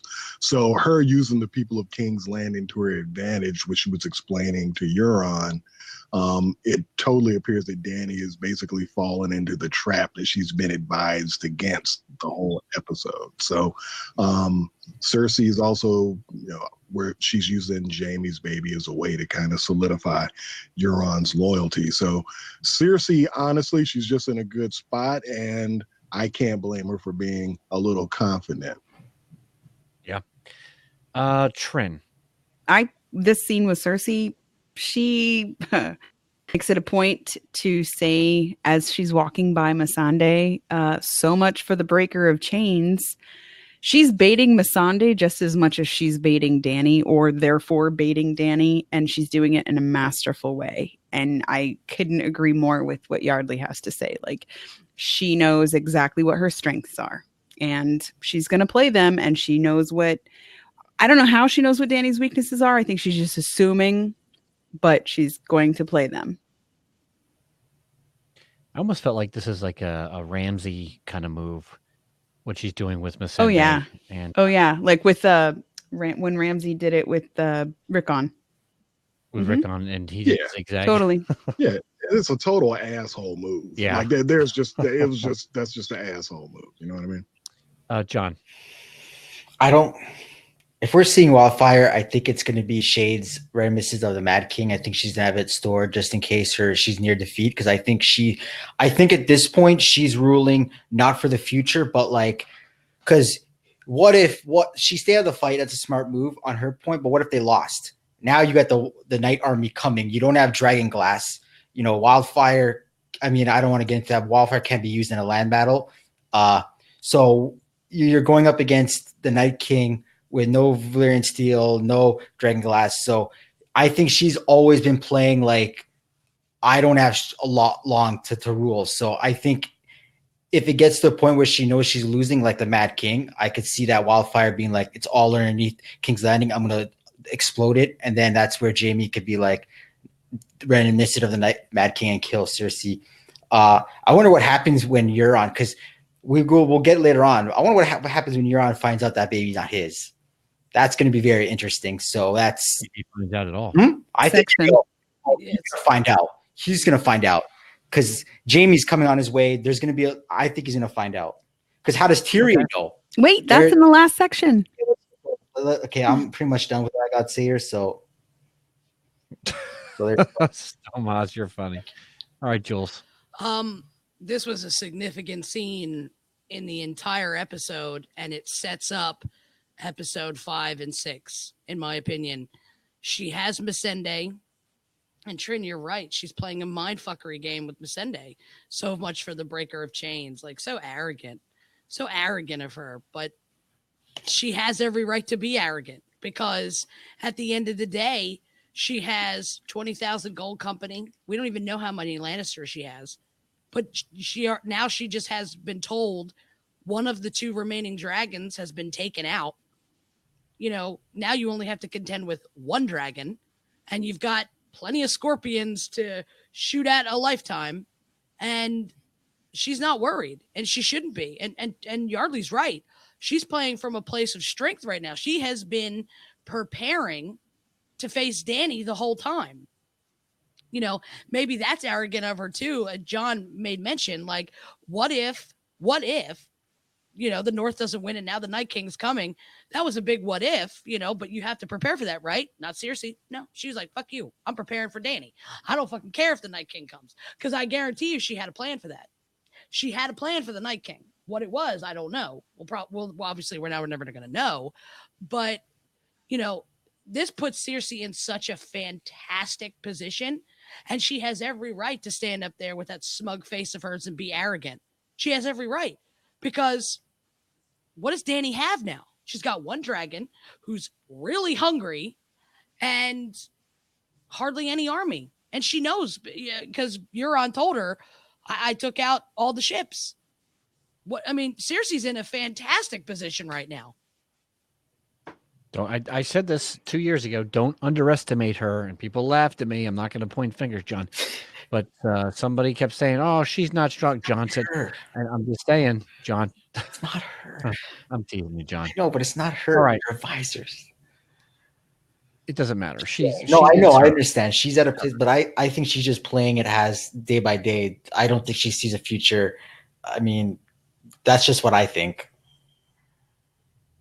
All right, so we're going to go to the next section, and I didn't know if Yardley had anything else he wanted to add to this particular part. With we're Dragonstone battle plans. I don't know. You kind of mentioned some of this earlier. Yeah, we already covered a lot of the stuff that I had on my notes on this part, so I'm going to go ahead and go to Trin. Yeah, so after we see Cersei and King's Landing just talking to Euron and talking about whatever, everybody in bringing people into King's Landing, they cut over back to Dragonstone. Everybody's sort of regrouped after that whole mess with the dragon and the ships, and they lost the ships. It's Varys and Tyrion talking in the throne room, I believe, and they're talking about the future of the realm. And Varys hasn't betrayed Dany yet, and he tells her outright in the Dragonstone war room how she's like wrong, like don't kill innocents. And she turns around and says, "Do you believe we're here for a reason, Lord Varys? I'm here to free the world from tyrants. That is my destiny, and I will serve it no matter what the cost." I think she might be including herself in that little prophetic moment. You see that, and then you see like Tyrion and Varys talking later on in the throne room itself without anybody around, even though there's spies everywhere. Tyrion's talking like he believes in Dany 100%. He is 100% team Dany, and he's still pushing for a marriage. He believes, and he says this, she'll make the right choice. So I think he believes that with the right advice, she'll make the right choice in how to proceed with everything. Varys reminds the audience that he spoke honestly, and then he gives the impression that he's going to let the cat out of the bag with Jon's secret, and he's going to volley for Jon's claim. And Tyrion's like, "Please don't." So you have a lot less people on hashtag Team Dany, and I kind of predict that through all of this, Varys will probably tell Davos about Jon immediately in the next episode. That's just something I wanted to put out there. But this is where basically Varys leaves Dany's team. And I think that's really significant because she's losing her main advisors. Missandei's gone. Varys has walked out. Like her team's getting pretty thin. And this is where a lot of the theory people will say, "Oh, this is where the Blackfires are put in." And I don't think that's going to happen on the show at all. However, I do totally agree with what you're saying, Trin. Varys is smart. Mm-hmm. Varys has been playing this game for a long time, and he came from nothing. And he outlasted Littlefinger, who used to play chaos like a ladder. Preach that. So Varys is looking at Dany, and he's saying that this is not what I really signed up for. I wanted to help the realm. And he even says to her, I promised you I'd speak the truth, or whatever he says to her. And he's looking at her in the eyes. And I almost felt like, and I think Jack in the Box agrees with me, it almost feels like Dany kind of ignores him. And he's like, this is not right. What you're planning, what you're going to do is not right. And Varys, I think that a lot of people have to remember that Varys doesn't care if you're a Targaryen, if you're Jon Snow, if you're Bob's your uncle. If you're for the people, if you're for the realm, he'll back you. And right now, he does not feel like Dany is for the realm. And I was surprised that Tyrion and Varys got her to agree to try and sue for peace or for Cersei to step down. They had to wait for I'm John surprised. anyway, so they were like, fuck it, Yeah. we'll try. But I thought was a that she was great- going to it jump was a up great on move. Drogon and be like, "Mother effers, I'm going to burn some bitches." Mm-hmm. But She yeah, wouldn't have made I it. was. I agree with you, Chris. Varys has been watching her very closely, and he sees the things that the audience sees with as far as her starting to turn mad. And he was with her father when the guy was fucking going mad. So he knows those warning signs. You know what I mean? Like he knows exactly what to look for. And he's like, wrong, she's bad. I'm out. Like John's better. She's not, in my opinion, she's not breaking the wheel anymore. She's strengthening the wheel, but she's putting herself in the She's wheel. what John said, more of the same. Yeah, more of the same. Speaking of John, Jonathan Stolmas, go pal. So, like, I don't have much to say here, but like I said, Varys is like I said this earlier. Varys is more concerned with Dany going overboard than he is with being outgunned at this moment, losing a fleet. That seems. I don't think people are really like in that war room. No one's mentioning the fleet got lost and the dragon got lost, like, and how that's going to impact this battle. So I still think Varys has something up his sleeve. I don't think he's a Blackfire. I don't think they're going to pull that card in the show, but I do think there's a great line. I mean, I still think he has a decent network of spies left. So I think he knew about the Golden Company being hired by Cersei a long time ago. I think we talked about this Thursday, Julie, about one fan wrote in about it. The Second Sons infiltrated the Golden Company. Do you remember that? Yeah, I remember. Maybe that could come back to play. Maybe the Golden Company turns. With Dario? We're getting.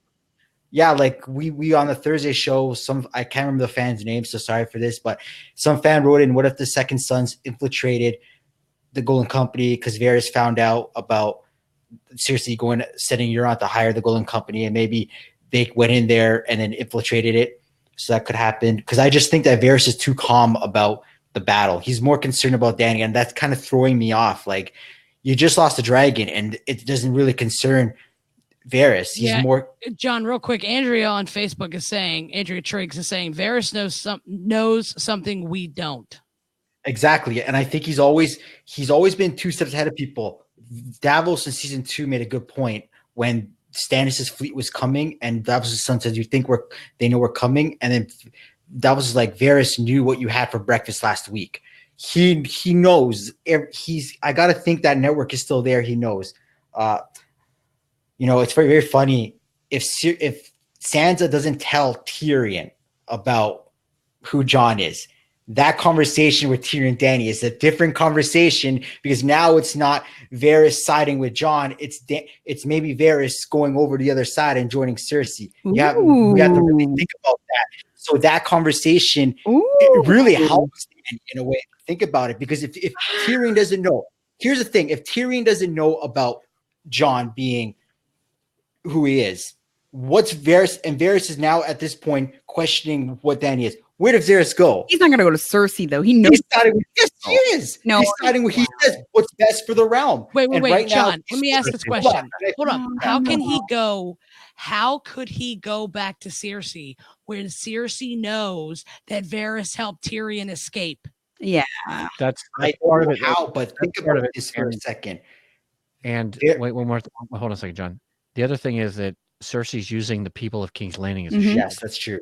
It's a smart. Now, before we go too much deeper into this, and I don't want to cut you off, but we are running really low on time. Okay. So I want to. We can do all this stuff. Remember, guys, we have a whole nother series of podcasts to do to expand on these things. We could even take one episode per topic if you want to, but we do have to move. We do have to move on. Okay, so like I said, if not for Tyrion, who is he siding with? Because at this point, he's starting to lean against Dany. That's all. Okay, fair enough. That's an excellent point. Let's go to breaking news in Winterfell. Sansa, Brian, and Jaime, which made me cry a little bit. Yardley, go ahead. Yeah, I just want to quickly just talk about that. The whole thing with Brienne and Jaime and, both of them hooking up in this episode, it was something that I thought that I needed. But then once I actually saw it on TV, I kind of wish that they never would have went through with that, especially when we know, what Jaime's going to eventually do by going back to King's Landing because of that pull from Cersei. But I think when Sansa had made the comment and Brienne was briefing Jaime on what happened, Sansa said something along the lines of wanting to be there when they executed Cersei. And I think that was probably something that kind of triggered, Jaime to want to get back there. One of the things that we've seen is, family has been a strong theme, throughout the series, especially this season with the Starks and with the Lannisters. So it's not surprising to me that pull to go home, even if that, you're literally leaving a warm bed to go back and fight. You're probably not going to make it out. It kind of goes to show you that the family bonds are strong. And also we know that his relationship with Cersei is on some other stuff. But I think that's going to definitely be an interesting thing to see how it played out. I hated to see that Brienne got hurt, but I feel like she was in love with Jaime. But Jaime had a lot of respect for her, but I think he was infatuated with her. I don't think he loved her like that. And I think he proved it in this episode. Yeah, I think you're right. Go ahead, Trent. So at the beginning of the scene, it sounds like that Raven scroll might have been written from Varys to Sansa, because she says, in the closed captioning says this, as are her other advisors. I'm assuming that means like they survived that little thing. And then Brienne goes on to explain to Jaime about the ambush. Jaime knows the gravity of this play by Cersei, of this ambush. He knows that there is no negotiating with her. And then Sansa says to Jaime, because you were just talking about this, Yardley, I always wanted to be there when they execute your sister. Seems like I won't get the chance. Sansa said that. She chooses her words very specifically. And I think that we'll look back at this and see Sansa pulling strings again with her words to Jaime. They set this up to look like, I mentioned it early, the douchey jock who just slept with the virgin girl is now taking off. However, Jaime knows that Cersei has turned into a monarch on par with Aerys. Jaime left her for that reason. He knows what she is now and decided to leave her. He knew what she was and stayed with her for the longest time, but then he finally left her.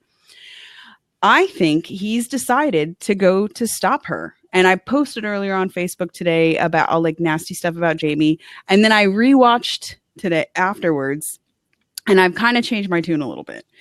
I think he's going to stop her.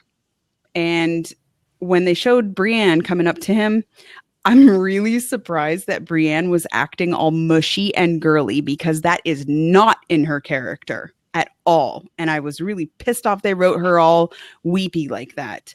She would normally be proud of Jaime, proud that he would want to continue on his redemption road, that she prompted him to. She would be proud that he wanted to fight. And when she's talking to him all crying, weepy, he looks forlorn. And I kind of read his face like he looked moved by Brienne's weepy words, please stay. But then he realized he has to push her away so that he can go stop Cersei. That's the only explanation of why he would turn on her like that. Oh, well, look, here's the thing with the Brienne thing. All of her life, she's had to have things pent up inside of her, and emotions are a bitch. Yeah. I don't care how tough you are. You know what I'm saying? That stuff comes out. So I don't really feel like it's out of place. I think she was letting out a lot in that moment. Jack in the Box agrees with you, Trin, and also says Jaime wants to no longer be hateful so he could deserve. Yeah, I agree. I feel like this scene was kind of a disservice to the whole Night of the Seven Kingdoms, because Brienne is that one true strong woman who is just full of honor, and she always looks at things and like she always looked at Jaime in the most honorable light. Or not, no, I take that back. She saw the glimpse of Jaime as a good guy, and then as he progressed, she was his sort of herald, like he's actually a good guy. So I was thinking about it today, and like rereading that scene in my mind, I was like, no, if he had told her, hey, I need to go stop Cersei, I feel like she would have been his strongest supporter and said, yeah, you know what? Yeah. yes, you are that good, honorable guy, and I support you.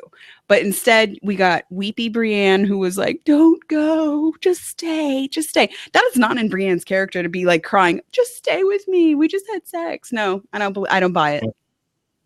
Hey, let me ask you this real quick. So, with Jamie rattling off all the reasons why he ain't shit, and then he leaves Brienne, what if he goes back to King Landing and is like, "Fuck that girl. Let's do this. Let's keep this." Then I will eat crow, like, because I don't think that's how it's gonna happen. Oh well, I Okay. don't either, but I think it would be interesting if he was just like, "Hey, you know what? Seriously, let's do this. We got a kid on the Nah. way. Let's run this." Okay. John? I agree with everything you said, Trin. I just hope Jamie's going to King's Landing and kill Cersei. I love Sansa in this scene. I just hope that he doesn't get corrupted by the bad pussy again. And love will make you do crazy things like act emotional. Brienne has never truly been in love that way before. Right. John, you make a good point. And John Surbeck says, but Brienne, not a robot. She's a human with feelings. It doesn't seem out of character for her to cry, I don't think. Donald says, I know a lot of strong women that cry. She's actually being confronted with something she's never had to deal with. She just got some. Then he dips out for his sister. New feeling for Brienne from Jack in the Box. Julie. So I'm going to say this. Fuck you, Jamie Lannister. Fuck you. This is my middle finger straight to you. If anybody's watching, fuck you, Jamie Lannister. That was me this morning. No, that was me this morning. Listen, Jamie Lannister is not going to King's Landing to kill Cersei at the current moment where we're watching him leave.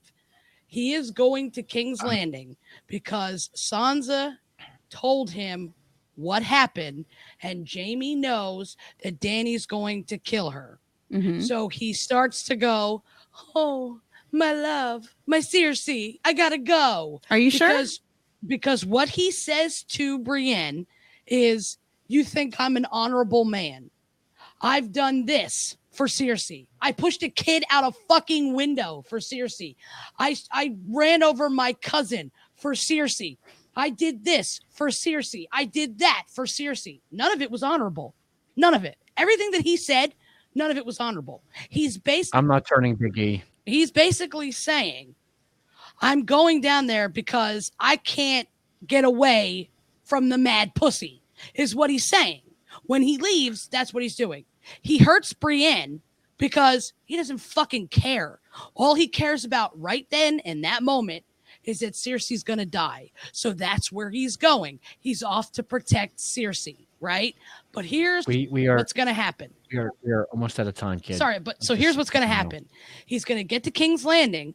He's going to find out that Cersei told Euron that the baby in her belly is Euron's, and it's going to piss Jamie off, and that's why Jamie's going to kill her. He's not going to kill her because of all the stuff that you guys have just said. He's going to kill her because after all that, when she said, I'm pregnant, who are you going to say is the father?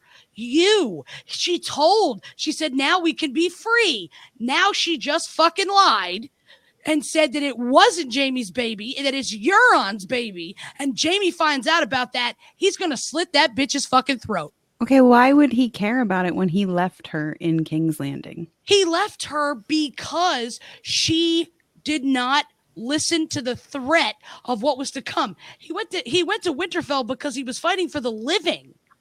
But at the end of the day, everything he has done, all of the bad that Jamie has done, every time Jamie's away from Cersei, he is this great guy. Like, you really want to root for him and all that stuff.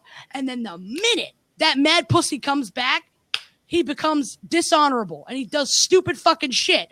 This is one of those things. He's going down there with the intention to save her, not to kill her. He's going to kill her when he gets there and finds out that she told Euron that baby was his and it's not Jamie's. That's going to piss him off. You don't think that he sees mad queenness in her with that absolutely whole not. maneuver? Okay. He doesn't care. Ricky says, Julie, you need to come to London. Okay.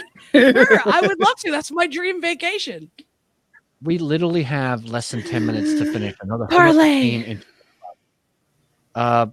I don't agree with that at all. Okay, Julie. that's fine. I am going to be very That's cool. quick, and then I'm going to apologize for everyone watching live, and then we're going to keep going. I think Jamie is going down there because he's going to take care of business. He's going to take her out. He's saying that I'm a bad person. I have to redeem myself.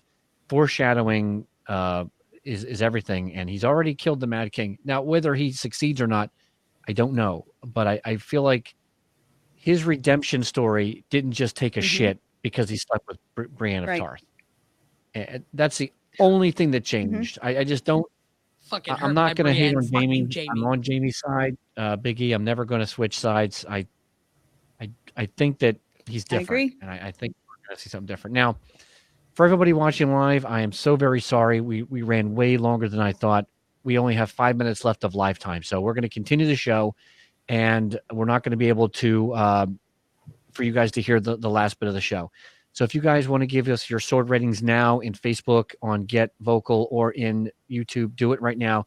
Give us your sword ratings. It's from a 1 to 10, 10 being the best, 1 being the worst. And we'll try to read them on the show. If we don't get them now, then we'll get them. You guys you have to listen to the podcast, like on iTunes or wherever you get your podcast, and then you can listen to the end. So I'm really, really sorry.